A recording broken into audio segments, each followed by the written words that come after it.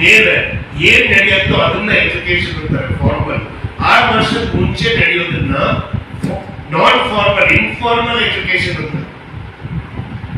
Glorified day care ಅನ್ಬೋದು ನಾವು ಮಾಡ್ತಿರೋ ಕೆಲಸ.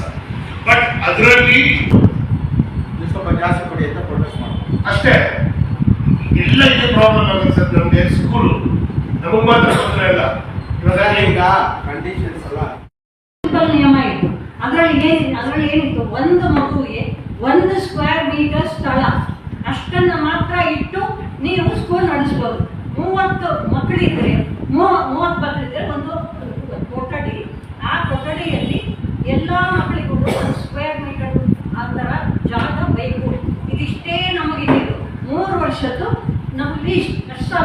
ಆಮೇಲೆ ಕುಡಿಯೋ ನೀರಿನ ವ್ಯವಸ್ಥೆ ಬೇಸಿಕ್ ಎಲ್ಲ ಇತ್ತು ಸರ್. ಈಗ ಅದು ನಮಗೆ ಇದ್ದಿದ್ದು 2000 ಇದರಲ್ಲಿ ಆಕ್ಚುಲ್ ಆಗಿ ನಾನು ಕೊಟ್ಟಿರೋದ್ರಲ್ಲಿ ಇದೆ 2016 ಅಲ್ಲಿ ಆ ನಿಯಮ ಇತ್ತು. ಅದಕ್ಕೆ ಮುಂಚೆ 2006 ಅಲ್ಲಿ we were exempted. All the B schools were exempted, but in 2016 we got registered. Now we come under the this one Department of Education ಗೆ ಬರ್ತೀವಿ ನಾವು. ಈಗ ಅದರಿಂದ ನಮ್ಗೆ ಹೆರಾಸ್ ಆಗ್ತಿರೋದು. ಇದರಲ್ಲಿ ಮೇನ್ ಏನಂದ್ರೆ ನಮಗೆ ಬಂದಿರೋ ಪ್ರಾಬ್ಲಮ್ಸ್ 4 ಕಟ್ಟಡ ಆಗೋದೇ ಇಲ್ಲ.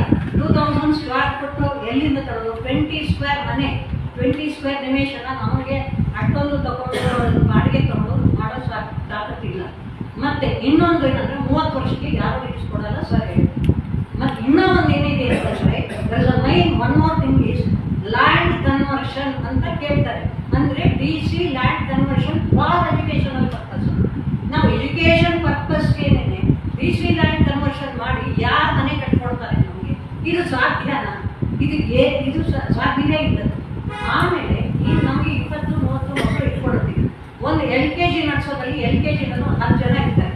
ಆ LKGಗೆ 18x20 ಅಂದ್ರೆ 3.5 ಚದರ ರೂಮ್ ಇರ್ಬೇಕಂತೆ. 3.5 ಚದರ ರೂಮ್ ಮನೆನ 2 ರೂಮ್ ಇರೋ ಮನೆ ಯಾರು ಕಟ್ಟಿರ್ತಾರೆ? ನಮ್ಗೆ ಯಾರು ಕೊಡ್ತಾರೆ? ನಮಗೆ ಬಾಡಿಗೆ ಕೊಡ್ತಾರ? ಅಂತ ಬಾಡಿಗೆ ಕೊಡೋಕ್ಕಾದ್ರೂ ನಮಗೂ ಬೇಕಲ್ವಾ? 2 ಲಕ್ಷ 3 ಲಕ್ಷ ಕೊಟ್ಟು ನಾವು ಮಾಡೋದು ಸಾಧ್ಯನೂ ಇಲ್ಲ.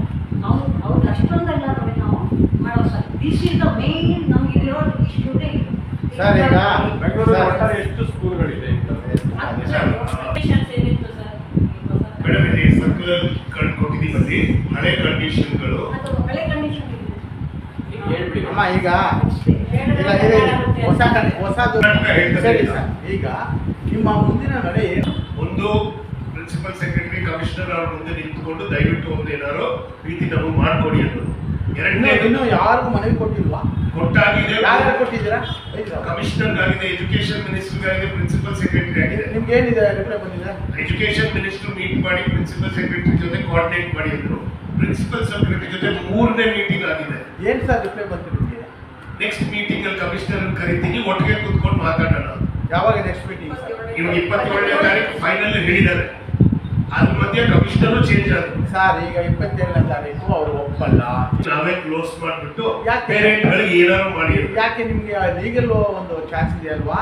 ಅಂದ್ರೆ ಒಂದು ಫೈಲ್ ಮಾಡಿ ಇದಕ್ಕೆ ಸ್ಟೇ ತಂದು ಹಾಕ್ಲೇಬೇಕಾಗುತ್ತೆ.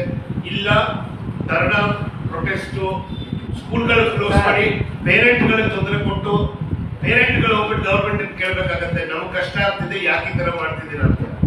ತಪ್ಪದು, ಯಾರು ಕೇಳಲ್ಲ. ಹೇಳೋದಿಲ್ಲ.